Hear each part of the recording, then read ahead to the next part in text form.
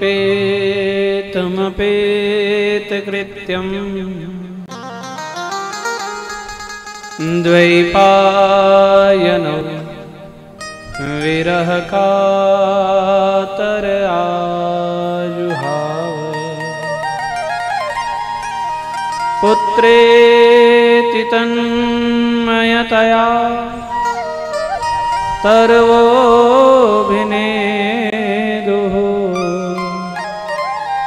तं सर्वभूतहृदया मुनिमानतोऽस्मि।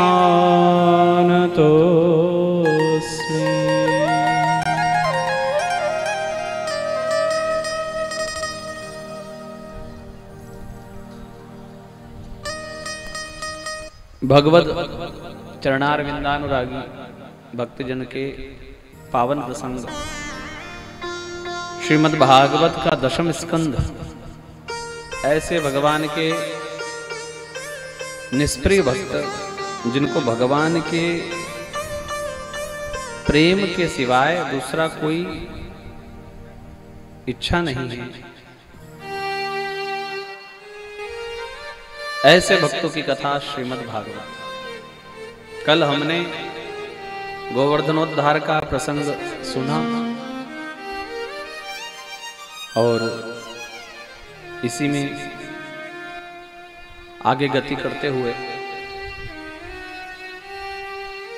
हम दशम स्कंध के आज विशेष प्रसंग में जा रहे हैं, जिसको रास कहा गया है। रसो वैसह भगवान का नाम है रस, और भगवान के द्वारा रचित ये लीला रास कहलाती है। नाम उनका है रस और उनके द्वारा की हुई लीला रास।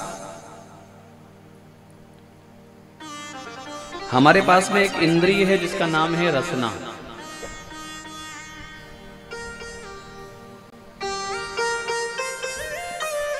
अब सब एक दूसरे से मिले हुए शब्द हैं, रस, रसना, रास।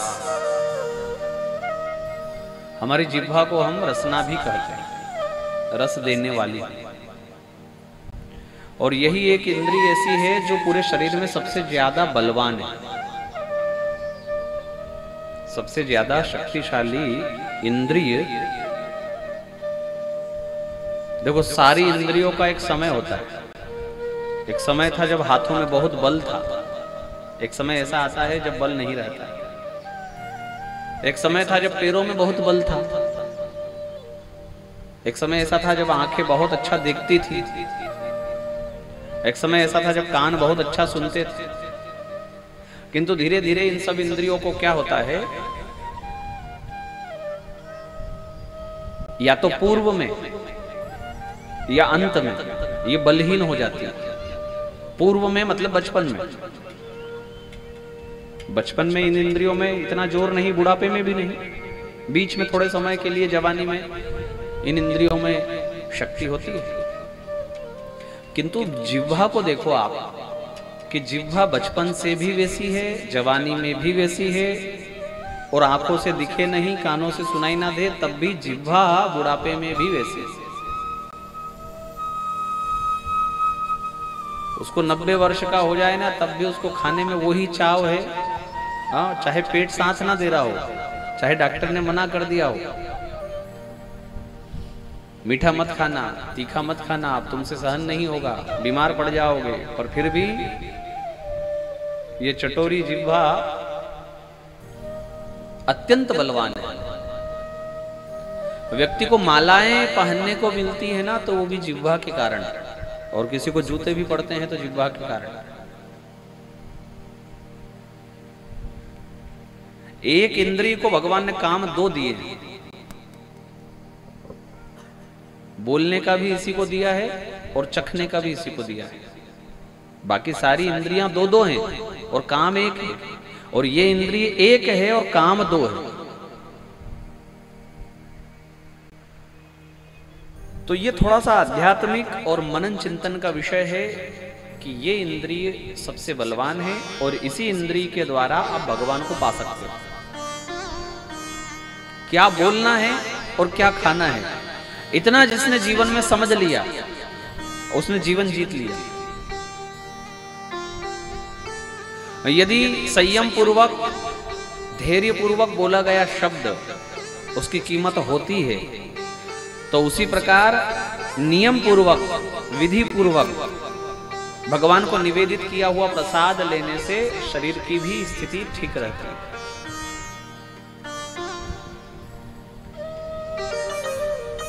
यदि मानव क्या बोलना है, कितना बोलना है और कब बोलना है, बस ये 3 बातों पर कंट्रोल कर ले। क्या बोलना है, कितना बोलना है और कब बोलना है, तो उसका शब्द भी मंत्र हो जाएगा। व्यर्थ बड़बड़ाने वालों की घर में कीमत नहीं होती, और खासकर बुजुर्ग लोग अगर बिना फालतू का मशवरा दें, राय दे, तो उनकी कोई कीमत घर में होती नहीं है। बल्कि और कहा जाता है कि ये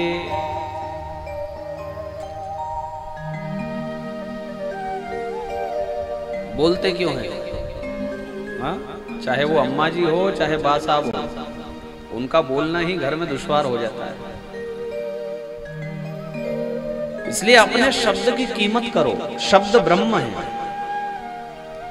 आप इतने दिन से इतनी भरी दोपहरी में जो सुनने आ रहे हो ना, वो शब्द ही सुनने आ रहे हो, क्योंकि शब्द ही भगवान है। ये तपस्या जो आप कर रहे हो, ये शब्दों को सुनने के लिए कर रहे हो। और यदि शब्द ब्रह्म ना होता तो वेद क्या है,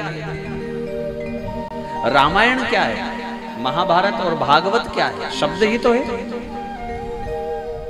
ध्रुव जी के द्वारा गाई हुई स्तुति क्या है?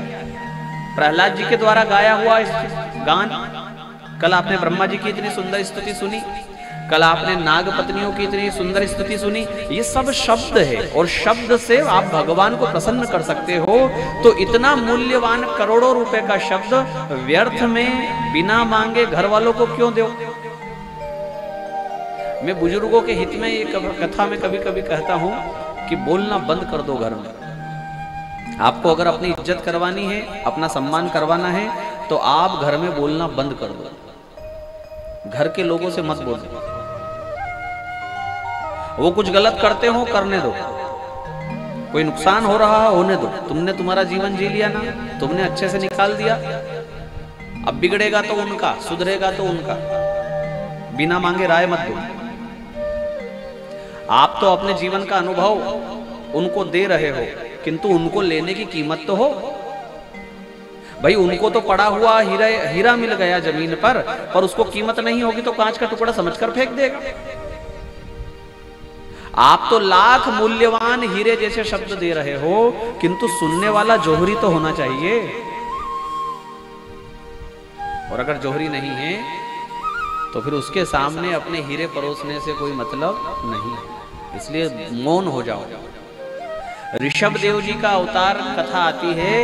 उन्होंने अपने मुंह में एक इतना बड़ा पत्थर रख लिया था। कभी कभी हम भूल से बोल देते हैं। लाख कोई मौनी बाबा भी हो, कोई संत ने मौन का स्वीकार किया हो, व्रत किया हो, किंतु कुछ बोलने में आ जाए, गलती से बोलने में आ जाए, तो ऋषभ देव जी ने इसका क्या उपाय निकाला? स्वयं अवतार भगवान का इतना बड़ा पत्थर मुंह में रख लिया। बोलना ही नहीं किसी को। कोई पूछेगा तो क्या? और कई लोग होते हैं जो व्यर्थ में, किसी ने पूछा नहीं, राय मांगी नहीं, कोई प्रश्न किया नहीं, फिर भी बोलते रहते हैं। कथा में बोलते हैं, और तो छोड़ो। कथा जैसे महत्वपूर्ण विषय में और महत्वपूर्ण समय में भी बात करेंगे, इधर उधर अड़ोसी से पड़ोसी से। कहां बोलना है, क्या बोलना है और कितना बोलना है, ये आपका मंत्र है। जिसने रसना को जीता उसने रास में प्रवेश किया। और जिसने रास में प्रवेश किया वो रस रूप परमेश्वर से तदाकार हुआ। बस यही जीवन की कामना है, यही प्रत्येक जीव का भगवान के प्रति समर्पण है। या यूं कह दे कि हम आए ही इसलिए हैं कि इस जीव को शिव से मिला दे।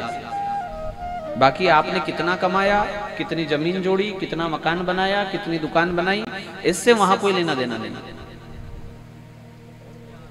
मानव मात्र का जन्म है इस जीव को शिव से तदाकार करना। कैसे होगा उसका यह सूत्र भागवत में आ रहा है गोवर्धन पूजा के बाद। गोवर्धन पूजन का अर्थ है 56 भोग। गोवर्धन पूजन का अर्थ है खूब खाओ। भगवान ने इस पूजा के अर्थ में क्या बताया? खूब खाओ। किंतु इसके बाद जो कथा है वो है एकादशी के व्रत की। अब जो कथा है वो है एकादशी का व्रत। अच्छा, ये भागवत की बहुत छोटी कथा है, केवल 19 श्लोक इस कथा में है। कथा कितनी सी है कि दीपावली के दूसरे दिन ये 56 भोग बन रहे थे। भगवान ने कहा कि हमको इंद्र का पूजन नहीं करना, हमको गोवर्धन का पूजन करना है। स्वीकार कर लिया सबने और गोवर्धन का पूजन करने गए। एक दिन गोवर्धन का पूजन हुआ, दूसरे दिन नारद जी ने इंद्र को शिकायत की कि 7 साल के बालक ने तेरा पूजन बंद करा दिया और तू यहां इंद्र बना बैठा है। तो इंद्र ने क्रोध करके 7 दिन तक संवर्तक नाम के मेघों के द्वारा व्रजमंडल बहाने का प्रयास किया। ठीक है, मतलब नवमी तिथि तक, नवमी तक उसने पानी बरसाया। कार्तिक के महीने में थक गया, स्वयं मेघों ने जाकर कह दिया कि पानी समाप्त। तो दशमी के दिन इंद्र ने आकर भगवान के पैर पकड़े, स्तुति की। अब ये 10वीं तक चला ये गोवर्धन पूजा का प्रकरण। तो अगला दिन कौन सा हुआ? एकादशी। सुबह को जल्दी जागने की चिंता में आधी रात को जाग गए बाबा नंद। वैसे भी बुढ़ापे में नींद नहीं आती।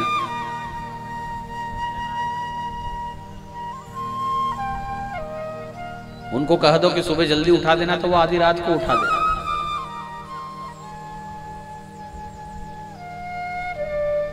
अच्छा, बुढ़ापे की ये खासियत है कि जहां नींद आनी चाहिए वहां नहीं आएगी और जहां नहीं आनी चाहिए वहां आएगी।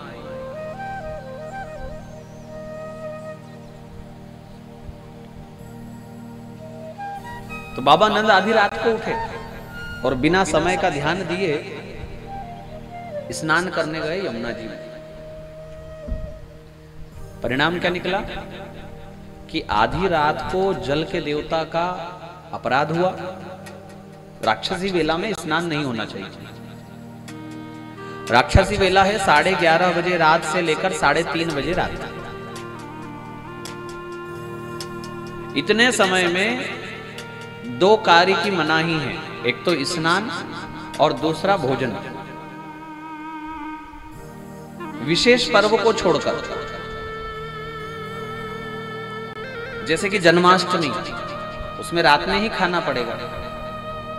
जैसे कुंभ का मेला, उसमें रात में स्नान करो, कोई दोष नहीं है। विशेष स्थिति और विशेष समय को छोड़ दिया जाए तो ये राक्षसी वेला में हमको भोजन और स्नान नहीं करना चाहिए।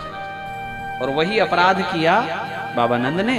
परिणाम क्या निकला कि वरुण के 6 दूतों ने उनका हरण कर लिया। वरुण लोक ले गए। सुबह बाबा घर में नहीं मिले। भगवान को पता लगा कि वरुण ने ले गए हैं हमारे बाबा को। तो भगवान वरुण लोक जाकर बाबा नंद को छुड़ा कर लाते। अच्छा, वहां एक और आश्चर्य क्या देखा बाबा नंद ने कि वरुण ने भगवान को देखकर अपना सिंहासन छोड़ दिया और अपने सिंहासन पर भगवान को बिठाकर उनका विधिवत पूजन किया। बाबा नंद ने ये सब देखा तो उनको लगा कि मेरा छोरा साधारण नहीं है।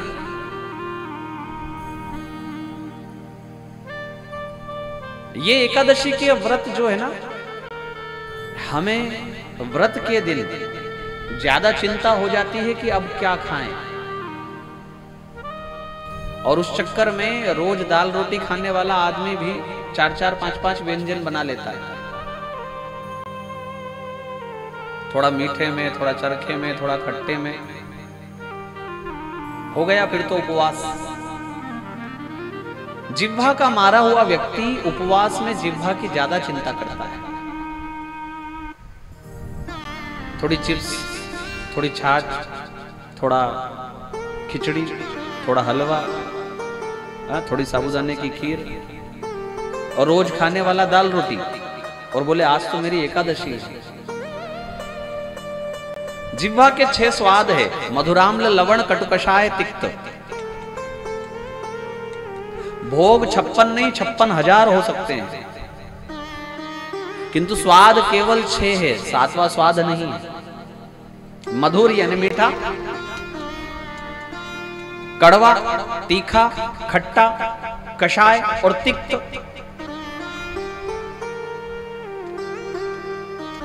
सातवां स्वाद कहां से लाओगे भाई? आप गाजर का हलवा खाओ, चाहे सूजी का हलवा खाओ, चाहे आप गुलाब जामुन खाओ, चाहे रसगुल्ला खाओ, स्वाद तो एक ही है ना, मीठा। नींबू खाओ, चाहे छाछ खाओ, स्वाद एक ही है, खट्टा। इसलिए 56,000 भोग आप ले सकते हैं, किंतु स्वाद 6 है, और ये 6 स्वाद ने आदमी को मारा है। व्यक्ति को बस इतना नहीं पता है कि क्या खाना है और क्या बोलना है, कब खाना है और कब बोलना है, कितना खाना है और कितना बोलना है। मानो ब्रह्म सूत्र है, इतना सा सीखना,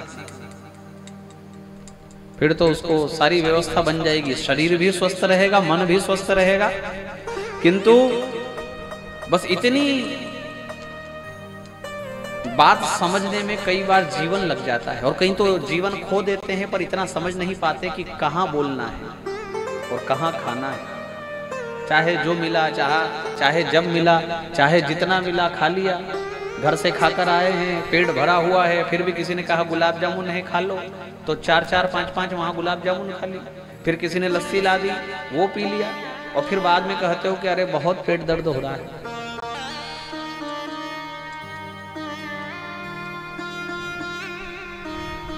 इसीलिए 56 भोग के बाद और रास की कथा के बीच में एकादशी की कथा रखी।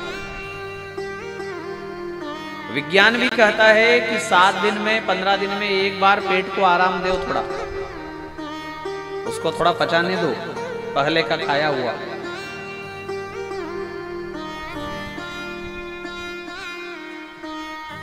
तो इस कथा में बहुत हमारे लिए शिक्षा भरी है। वरुण के 6 दूतों ने जो हरण किया ना बाबा नंद का, वरुण यानी जल, जल यानी पानी।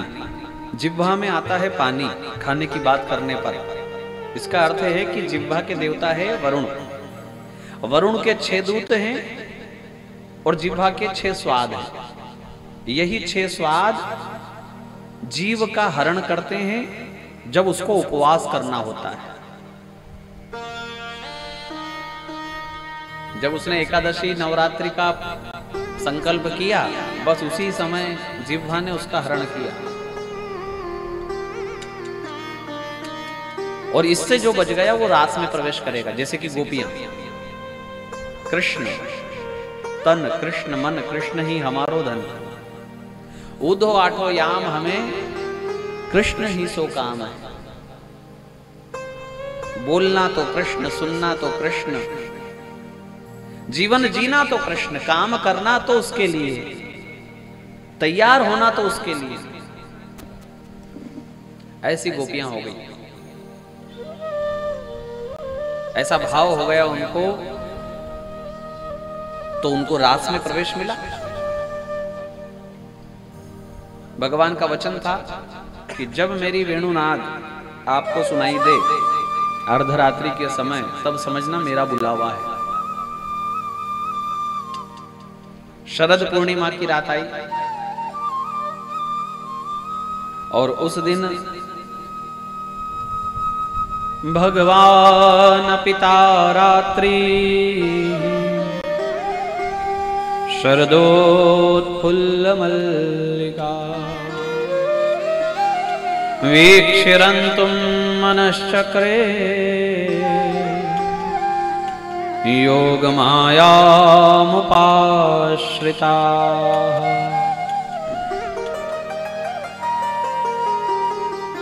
योग माया का आश्रय लिया भगवान ने और अमना भगवान ने मन लिया। आज भगवान अमना है, उनको मन नहीं है।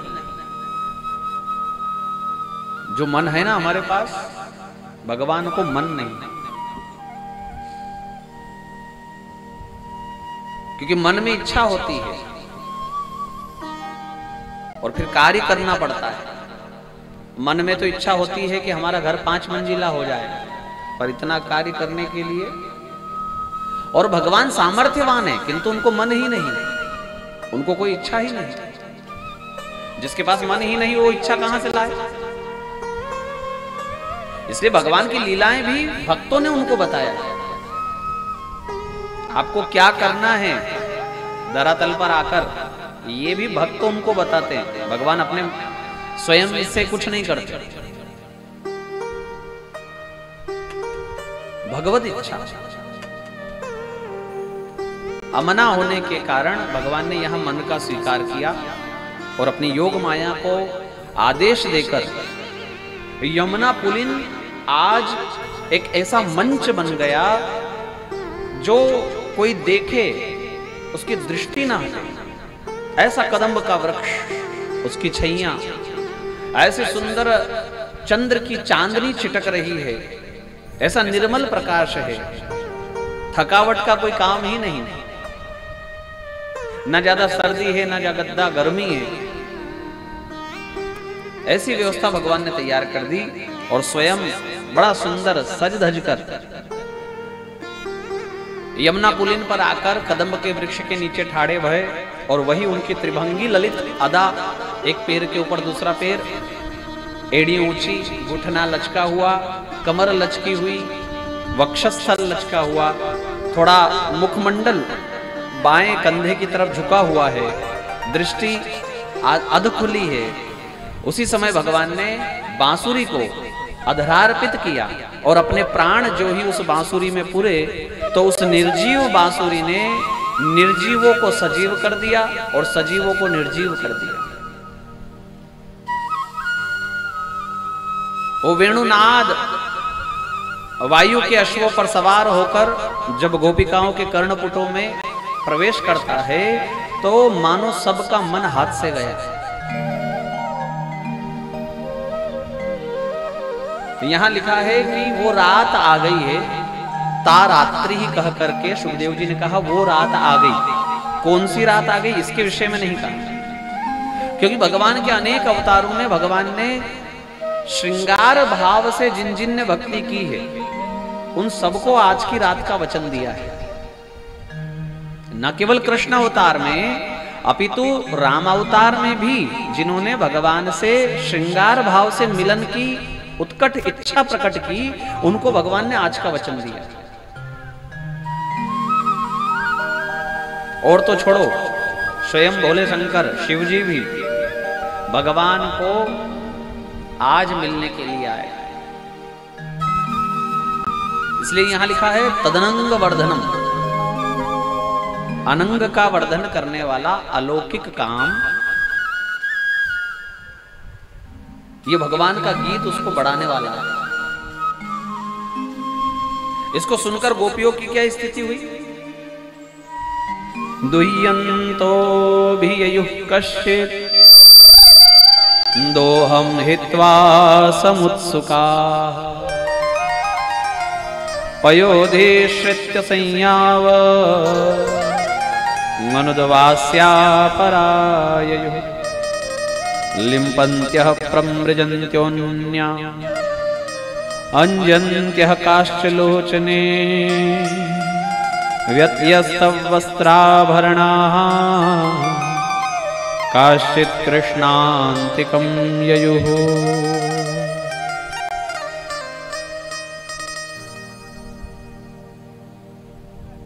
गोपियों की क्या स्थिति हुई? ये वेणुनाद सुनकर सुखदेव जी कहते हैं कि दूध लगा रही थी कोई, और भगवान की बांसुरी सुनाई दी, तो आधा दूध लगा था, आधा लगाना था, भागी। 2 कदम भागी, फिर याद आया दूध ऐसे ही रखा है गाय के नीचे, तो वापस आकर के दूध को फेंक दिया। एक दूसरी गोपी ने कहा ये क्या किया तूने? जितना लगा था उतना तो ठीक था, कम से कम उतना तो घर वालों के काम आ जाता। तो वो सखी कहती है कि गोपी जरा विचार कर कि मेरा हाथ नंद नंदन के हाथों में होगा और मैं उनके साथ में नृत्य कर रही होंगी, उस समय में ये थोड़ा सा दूध याद आ गया तो इस छोटे से धन के पीछे वो परम धन मेरे हाथ से चला जाएगा। हमको बड़ा मिले तो छोटे को छोड़ना आना चाहिए, ये ध्यान रखना हमेशा। बड़ा फायदा हो रहा हो और छोटा छोड़ना पड़े तो उसको छोड़ना चाहिए। और फिर ये भी निश्चय करते आना चाहिए कि बड़ा क्या है और छोटा क्या है। कईयों को तो ये भी निश्चय करते नहीं आता है कि हमारा फायदा बड़ा कौन सा है और छोटा फायदा कौन सा है। दुग्ध का अर्थ है धन, पैसा, क्योंकि उस समय गोपियों के पास में कौन सा धन था? कोई दूसरा धन था क्या? उनकी एकमात्र जीविका वही दूध और उसका फेंकना। इसका अर्थ है कि भगवान के लिए उस धन को भी फेंकना स्वीकार कर दिया है गोपी ने कि मुझे कहीं भी मन नहीं लगाना, केवल कृष्ण में मन लगाना।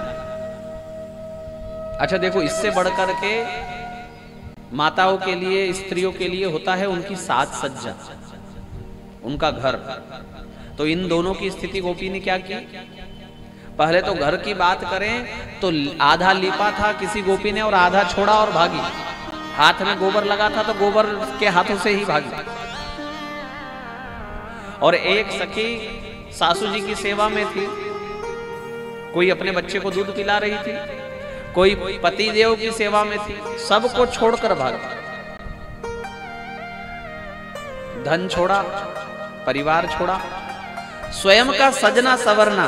इसके लिए सुखदेव जी कहते हैं कि पैरों की पायल को जल्दबाजी में हार बनाकर गले में धारण कर लिया और गले के हार को पैरों में पायल बनाकर सजा लिया। एक तो लोचन में काजल पुर रही थी, तो उसका काजल की रेख थोड़ा सा बाहर निकल गई, तो उसने इधर की रेख को भी थोड़ा बाहर निकाला, तो ये ज्यादा हो गई। तो फिर सोचा इसको ज्यादा कर लूं, तो इसको ज्यादा करने गई तो वो और ज्यादा बाहर हो गई। तब तो उसने काजल थोड़ा सा निकाला हाथ में और पूरे मुंह पर ही थपेड़ लिया, क्योंकि जल्दबाजी वहां जाने की है, तैयार होने का कोई यहाँ। एक गोपी ने कहा इससे तो पहले ही ठीक लग रही थी, काला मुंह करने से क्या अर्थ है? तो दूसरी ने कहा कि देख मैं कैसी दिख रही हूं, ये तो जमाने को लेना देना है, मेरे कृष्ण को इससे क्या लेना देना कि मैं कैसे लग रही हूं। मेरा रंग कैसा है, मेरा रूप कैसा है, ये वो कहां देखता है? कृष्ण तो कलेजा देखता है, वो काया को कहां देखता है? उसे मन से लेना देना है, तन से नहीं। इसलिए मैंने मेरा मुंह ही काला कर लिया। किसी ने उल्टा वस्त्र पहना, किसी ने काजल को होठों पर लगाया और होठों की लालिमा को आंखों में सजाया। ऐसे पागल हो गई। सबसे बड़ी बात होती है स्त्रियों के लिए लोकलाज, और वो अर्धरात्रि के समय घर छोड़कर, नगर छोड़कर वन की तरफ भाग रही है। ये सर्वस्व त्याग है। जब तक त्याग नहीं होगा तब तक परमात्मा मिल जाए ये संभव नहीं है। हम स्त्री हैं, ये भाव भी उनको समाप्त हो गया। भाई आप कितना भी छोड़ने वाले बन जाओ, त्यागी बन जाओ, महात्मा सन्यासी बन जाओ, कोई भी मठाधीश हो जाओ, परिवार भूल जाओ, बच्चे भूल जाओ, नगर भूल जाओ, नाम भूल जाओ। कईयों ने नाम बदलना पड़ता है। जब कोई सन्यास लेता है तो उसका गांव का नाम क्या था उससे कोई लेना देना नहीं। फिर जब उसका अभिषेक होगा तो उन स्वामी जी का नामकरण अलग से होगा। तो पहले वाले नाम से भी उसका कोई लेना देना नहीं, तब भी उसको ये स्मरण रहता है कि मैं पुरुष हूं। ये वो नहीं भूल सकता कि मैं पुरुष हूं। या कोई सन्यासी स्त्री ये नहीं भूल सकती कि मैं स्त्री हूं। वो अपना घर भूल सकती है, परिवार भूल सकती है, किंतु वो ये कैसे भूलेगी कि मैं स्त्री हूं। या कोई पुरुष ये कैसे भूलेगा कि मैं पुरुष हूं। अच्छा, आत्मा का क्या लिंग है? वो स्त्रीलिंग है या पुल्लिंग है? शास्त्र के अनुसार अतिशय कामना जिसमें होती है ना, वही शरीर धारण करना पड़ता है। इसका अर्थ है कि जो जो स्त्रियां हैं वो पूर्व में पुरुष थी, और जो जो पुरुष है वो पूर्व में स्त्री थे। यहां तो आत्मा रूप से परमात्मा से मिलना है।